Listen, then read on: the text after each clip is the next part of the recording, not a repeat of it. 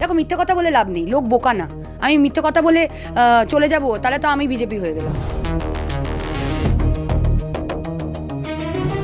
উল্টো গামলা, সোজা গামলা, গামলায় ফুটো, এসব নিয়ে আমি কোনো আলোচনা করি। ওই একবার ভোটের সময় এসে ভোট দিন করে আবার নির্লজ্জের মতো ভোটের আগে এসে আবার ভোট দিন, আমার একবার সুযোগ দিন কেন দেবে মানুষ? সুযোগ কেন দেবে? বিজেপিকে সুযোগ কেন দেবে? এসআইআর সময় ছিল বিজেপি। জনপ্রিয় যদি হয় উনি নির্বাচিত হবে, আর জনগণের অপ্রিয় হলে রাজনীতিতে হারবেন। 8,000 ভোটে জিতেছি, এইবারে আমি 1.5 বছর কাজ করেছি, 28,000 ভোটে জিতব। আমার কাছে এটা শক্ত কঠিন কিছু আলাদা করে মনে হচ্ছে না। তৃণমূলের পায়ের তলার মাটি নরম হয়ে গেছে, সর্বত্রই তৃণমূল হোঁচট খাচ্ছে, এখানেও খাবে। অভিনয়টা আমার পেশা, মানুষের কাজ করাটা আমার নেশা। জল এখানে জীবন নয়, জল এখানে যন্ত্রণা বহু ক্ষেত্রেই। তোমার তো ধর্ম নিয়ে রাজনীতি করি না। আর হিন্দুদের অপমান করা হয়, এটা তো কোনো মিথ্যা কথা নয়। মোটামুটি এই 1.5 বছরে খারাপ দিকই নেই, কিছু না, এখানে তো জল জমে যাচ্ছে সব। কাজ করবে যে, জনগণের পাশে যে থাকবে সেই উইন করবে। এখন তো কোনো অসুবিধা নেই, পানীয় জলের সমস্যাও নেই, জমা জল তো মোটামুটি হলে ক্লিয়ার হয়ে যায় তাড়াতাড়ি। সার্ভিস দিতে হবে, জনগণের সুখে দুঃখে পাশে থাকতে হবে। উন্নয়ন আছে, কিন্তু কাজবাজ আর একটু ভালো হলে ভালো। যারা ভালো ভালো কারখানা ছিল তারা এখন বন্ধ করে দিয়ে টোটো চালাচ্ছে, এটাই খুব খারাপ। মানে আমাদের দাদারা যারা উচ্চশিক্ষিত তারাও এখন টোটো চালাচ্ছে। এই মুহূর্তে আমরা পরিবর্তনটাকে চাইছি না। এই মাটির ধূলিকণার সঙ্গে মিশে রয়েছে শ্রীরামকৃষ্ণ পরমহংসদেবের ইতিহাস। এই পথ দিয়েই হেঁটে গিয়েছেন মা শারদা, এবং এই মাটিতেই স্বামী বিবেকানন্দ তৈরি করেছেন বরানগর মঠ। ওপারে দেখা যাচ্ছে বেলুড় মঠ, এবং কিছুটা এগোলেই দক্ষিণেশ্বর। আমরা রয়েছি বরানগর বিধানসভায়। গঙ্গার শান্ত স্রোত আর কয়েকশো বছরের ইতিহাস। এই মাটি শ্রীরামকৃষ্ণ পরমহংসদেব আর স্বামী বিবেকানন্দের স্মৃতি বিজড়িত পূর্ণভূমি বরানগর। যে মাটিতে শ্রীরামকৃষ্ণ বিবেকানন্দের আদর্শের কথা বলে শান্ত গঙ্গার ঢেউ, আজ সেখানেই বেজেছে নির্বাচনের দামামা। একদিকে আধ্যাত্মিক গরিমা আর অন্যদিকে রাজনৈতিক ক্ষমতা। এই দুইয়ের টানাপোড়েনে বরানগরের 2,18,000 ভোটার এখন সন্ধিক্ষণে। যেখানে ত্যাগের মন্ত্র উচ্চারিত হয়েছিল, আজ সেখানে অধিকারের লড়াই। 2026-এর বিধানসভা নির্বাচনের উত্তাপে বিটি রোডের এই প্রাচীন জনপদ আজ এক হাই ভোল্টেজ রণক্ষেত্র। তবে আজকের বরানগর মানে শুধু ইতিহাস নয়, আকাশ ছোঁয়া আবাসন আর কংক্রিটের জঙ্গলে ঢাকা পড়েছে ঐতিহ্যের শহর। এই বদল কি উন্নয়ন, নাকি এক রাশ নাগরিক ক্ষোভ? ঐতিহ্যের এই শান্ত পরিবেশের বাইরে আজ কিন্তু স্লোগান আর পাল্টা স্লোগানের লড়াই। আমার মেন ক্রাইটেরিয়া ছিল রাস্তা। আমি গত 1.5 বছরে স্টেট ফান্ড থেকে 7 কোটি টাকা এনেছি গত 1.5 বছরের 2টো ভাগে। পুরো সারা বরানগর জুড়ে রাস্তা হয়েছে। রাস্তার সত্যিই বেহাল অবস্থা ছিল আমি যখন উপনির্বাচনের সময় এসেছিলাম। তো তুমি এখন ম্যাক্সিমাম রাস্তা দেখবে হয়ে গেছে। তো অবশ্যই বরানগরটা যেভাবে অবস্থিত, এখানে মাটির নিচে যদি জল না থাকে, আকাশ থেকে তো জলটা পড়বে না। অবশ্যই সেটার ইনফ্রাস্ট্রাকচারাল একটা রেনোভেশন আমাদের করতে হবে, যেটা একটা বড় ফান্ডের বিষয় আছে। এবং আরেকটা বিষয়, কিছু কিছু পকেটসে জল জমার বিষয় রয়েছে। সিপিএমের সরকারের সময় 5 দিন পর জল নামতো, এখন সেটা 2-3 ঘন্টা। এখনও জল হয়তো কিছু কিছু পকেটসে জমে, 2-3 ঘন্টা জমে। সেটাও যাতে না জমে সেই কাজটা আমাদেরকে আগামী দিন করতে হয়। দেখো মিথ্যে কথা বলে লাভ নেই, লোক বোকা না। আমি মিথ্যে কথা বলে চলে যাব, তাহলে তো আমি বিজেপি হয়ে গেলাম। ঘটনা হচ্ছে সত্যিটা মানতে হবে এবং সেটা ধরে আগামীতে কাজ করতে হবে। আমার ইন্টেনশন প্রশংসা করানোর না, কাজ করা। কাজ দিয়ে আমি মানুষকে বলতে চাই, মুখে বড় বড় বুগনি আমি মারি না, ঠিক আছে? আমি এসে বলবো না আমি হ্যান করে দেবো, ত্যান করে দেবো, এই করে দেবো, একটা বার সুযোগ দিন। হ্যাঁ, একটা বার সুযোগ দিন, প্রথমবার বলেছিলাম। এই জন্যেই আমি এইবার মুখ তুলে ভোটটা চাইতে পারছি। ওই একবার ভোটের সময় এসে ভোট দিন করে আবার নির্লজ্জের মতো ভোটের আগে এসে আবার ভোট দিন, আমার একবার সুযোগ দিন কেন দেবে মানুষ? সুযোগ কেন দেবে? বিজেপিকে সুযোগ কেন দেবে? এসআইআর সময় ছিল বিজেপি। যখন এই আলমবাজারে জিজ্ঞাসা করো কত মানুষের হয়রানি হয়েছে। পাল্টা চ্যালেঞ্জ ছুড়েছেন বিজেপি প্রার্থী সজল ঘোষ। এলাকার অনুন্নয়ন জমা জল আর যানজটকে হাতিয়ার করে পাড়ায় পাড়ায় ঘুরছেন তিনি। গত উপনির্বাচনের হারের বদলা নিতে মরিয়া গেরুয়া শিবির। এই জায়গাটা কতটা শক্ত বলে মনে করছেন আপনি?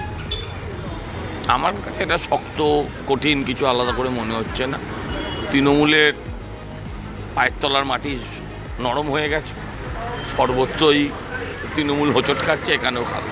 আচ্ছা, সায়ন্তিকা বন্দ্যোপাধ্যায় আমাদেরকে বলেছেন একটা মন্দিরে বসে আপনি নাকি অপবিত্র, এই প্রসঙ্গে আপনি কি বলবেন? খারাপ কথার উত্তর খারাপ হয়, আমি সেইভাবে আর খারাপ কথার উত্তর দিতে চাই না। মন্দিরে বসে ধর্মে মন থাকা উচিত ছিল, মন্দিরে বসে এরকম কথা না বললেই ভালো। বরানগরে একটা দুটো সমস্যা নয়, জল এখানে জীবন নয়, জল এখানে যন্ত্রণা বহু ক্ষেত্রেই। কোথাও পানীয় জলের অভাব, কোথাও এক ফোঁটা বৃষ্টি হলেই এক কোমর জল থাকে। হ্যাঁ, এখানে পাড়ায় পাড়ায় মস্তান রাজ, ওপেন ভ্যাট, খোলা নর্দমা, রাস্তায় আলো নেই। কোনো রাস্তা 20 বছর 25 বছরে একবারও রিপেয়ার হয়নি, অধিকাংশ রাস্তা, কোনো না। এই ভোট আসছে বলে কিছু রাস্তা ওরা এখন কাজ করছে। পরিবর্তনের হাওয়া কি দেখতে পাচ্ছেন? আপনি তো বিভিন্ন জায়গায় জায়গায় যাচ্ছেন, কারণ নিজে সায়ন্তিকা বন্দ্যোপাধ্যায় বলেছেন এটা একটা গামলা, বরানগর মানে। আমি গামলা, উল্টো গামলা, সোজা গামলা, গামলায় ফুটো, এসব নিয়ে আমি কোনো আলোচনা করতে চাই। পরিবর্তনের হাওয়া কি দেখতে পাচ্ছেন? 100%, 100%।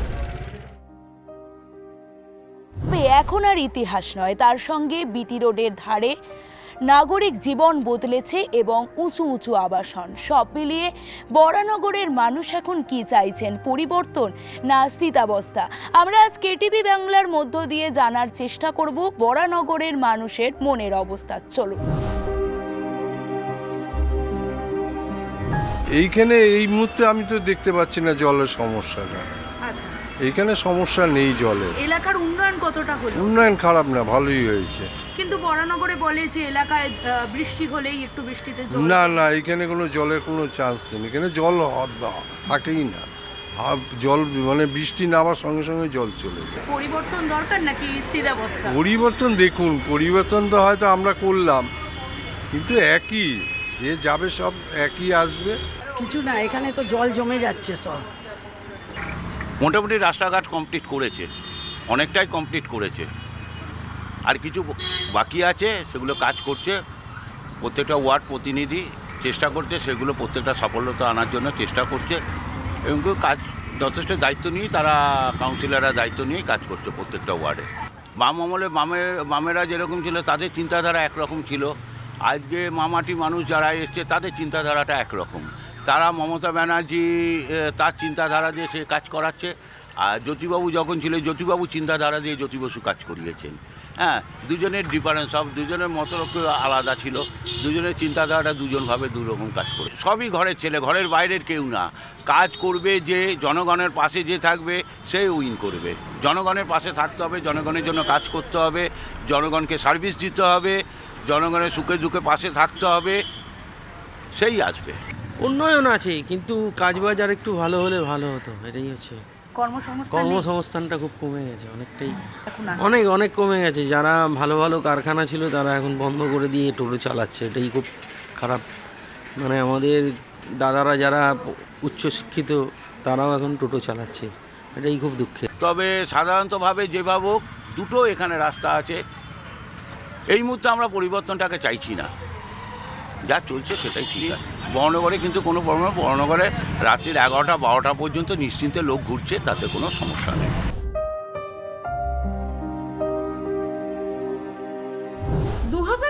সালে রাজনৈতিক পরিবর্তনের পর বরানগর কেন্দ্রে তৃণমূলের আধিপত্য শুরু হয়। তৃণমূলের তাপস রায় এই আসন থেকে পরপর 3 বার অর্থাৎ 2011, 2016, 2021-এ জয়ী হন। তবে 2024 সালে তাপস রায় বিধায়ক পদ থেকে ইস্তফা দিয়ে বিজেপিতে যোগ দেওয়ায় এখানে উপনির্বাচন অনুষ্ঠিত হয়। 2024 সালের সেই উপনির্বাচনে তৃণমূল কংগ্রেসের সায়ন্তিকা বন্দ্যোপাধ্যায় জয়লাভ করেন। তবে রাজনীতির এই তপ্ত মেজাজ সবচেয়ে ভালো বোঝা যায় গোপাললাল ঠাকুর রোডের এই প্রাচীন দোকান মুখরুচিতে। লড়াই কিন্তু দ্বিমুখী নয়, জ্যোতি বসুর এই পুরনো দুর্গে লাল ঝান্ডা ফেরাতে মরিয়া বাম প্রার্থী সায়নদীপ মিত্র। এই ত্রিমুখী লড়াইয়ে শেষ হাসি হাসবে কে? এক নজরে দেখে নেব গত বিধানসভা উপনির্বাচনের ফলাফল। বলেছিলাম না, বরানগরের প্রতিটি ধূলিকণার সঙ্গে জড়িত রয়েছে ইতিহাস এবং ঐতিহ্য। সেরকমই এই তেলে ভাজার যে দোকান মুখরুচি, সেই জায়গায় এসে আমরা পৌঁছেছি, যেটা শ্রী রামকৃষ্ণ পরমহংস দেবের একেবারে প্রিয় তেলে ভাজার দোকান ছিল। সায়ন্তিকা বনাম সজল ঘোষের যে উপনির্বাচনে ৮,০০০-এরও বেশি ব্যবধান তৈরি হয়েছিল, সেই ব্যবধান কি এইবার চপমুড়ির আড্ডায় ঘুচবে? এই মুহূর্তে এই চপের দোকানেও রাজনীতির ফোড়ন কিন্তু তুঙ্গে। সব মিলিয়ে বরানগর কি আগের স্বাদেই ভরসা রাখবে, নাকি পুরনো স্বাদকে ফেলে রেখে নতুন রাজনীতির রেসিপি তৈরি করবে এই বরানগর? উত্তর দেবে সময়। উপনির্বাচনের এই ৮,০০০ ভোটের কাটা কি এবার উপড়ে ফেলতে পারবেন সজল ঘোষ, নাকি সায়ন্তিকার স্টার পাওয়ারেই ভরসা রাখবে বরানগর? জয়ের ব্যাপারে কতটা আত্মবিশ্বাসী প্রার্থীরা? হিয়ারিংয়ের লাইনে সবাইকে নিয়ে নিয়ে গেছে, সে বিজেপির লোক হোক, সিপিএমের লোক হোক, অন্য পার্টির লোক হোক। আমাদের কি, আমাদের এলাকার মানুষের সবাই যেন ভোট, দেখো ভোটটা একটা গণতান্ত্রিক প্রক্রিয়া। যে মানুষ যে কাজ করবে তাকে মানুষ ভোট দেবে। আমি কাজ করলাম না, হ্যাঁ হ্যাঁ করতে করতে মুকুটি আমি হাত জোর করে একবার সুযোগ দিন, কেন দেবে? মানুষ আমায় বলবে যে তোমাকে তো দিয়েছিলাম সুযোগ, তুমি কাজ করোনি, এটাই তো বলবে মানুষে। ওই জায়গাটাই আমার চ্যালেঞ্জ ছিল, যে সেই জিনিসটা যেন আমি যখন আবার যাবো মানুষের কাছে ভোট চাইতে আমার দলের জন্য, মানুষ যেন এই কথাটা না বলতে পারে যে আপনি তো 1.5 বছর কাজ করেননি, আপনাকে কেন ভোট দেবো। 8,000 ভোটে জিতেছি, এইবারে আমি 1.5 বছর কাজ করেছি, 28,000 ভোটে জিতবো। আচ্ছা, এইদিকে সিপিএম এর একজন জনপ্রিয় মুখকে কিন্তু করা হয়েছে প্রার্থী। সিপিএম কি আবার নিজের যে পুরনো ঘাঁটিটা সেটাকে ফেরত পাওয়ার চেষ্টা করবে? এই জায়গায় দাঁড়িয়ে আপনি জনপ্রিয় মুখ যদি হয় তাহলে উনি নির্বাচিত হবেন। জনপ্রিয় যদি হয় উনি নির্বাচিত হবেন, আর জনগণের অপ্রিয় হলে রাজনীতিতে হারবেন, কি হতে অনেক ভোটে জিতবেন। 29শে এপ্রিল এই গঙ্গার পাড়েই লেখা হবে নতুন ইতিহাস। বরানগর কি ঐতিহ্যের অটল থাকবে, নাকি পরিবর্তনের স্বাদ নেবে? উত্তর দেবে সময়। বরানগর বরাবরই রাজনৈতিক সচেতন এলাকা, তবে বর্তমানে বরানগরে একাধিক কলকারখানা বন্ধ হয়ে গিয়েছে। ফলে বন্ধ কারখানা এবং কর্মহীন শ্রমিক, এই ধরনের ঘেঞ্জি এলাকা যেখানে আমরা দাঁড়িয়ে রয়েছি, পানীয় জলের সমস্যা থেকে শুরু করে একটু বৃষ্টি হলেই জল জমা, একাধিক এই সমস্যাগুলোই কি প্রধান ইস্যু হয়ে দাঁড়াবে বরানগরবাসীর কাছে, নাকি পরিবর্তনই হবে তাদের মেন লক্ষ্য? সার সমস্ত উত্তর মিলবে 4 মে। ক্যামেরায় দেবরাজ দত্তের সঙ্গে সুকৃতি ভট্টাচার্যের রিপোর্ট, কেটিভি বাংলা, বরানগর।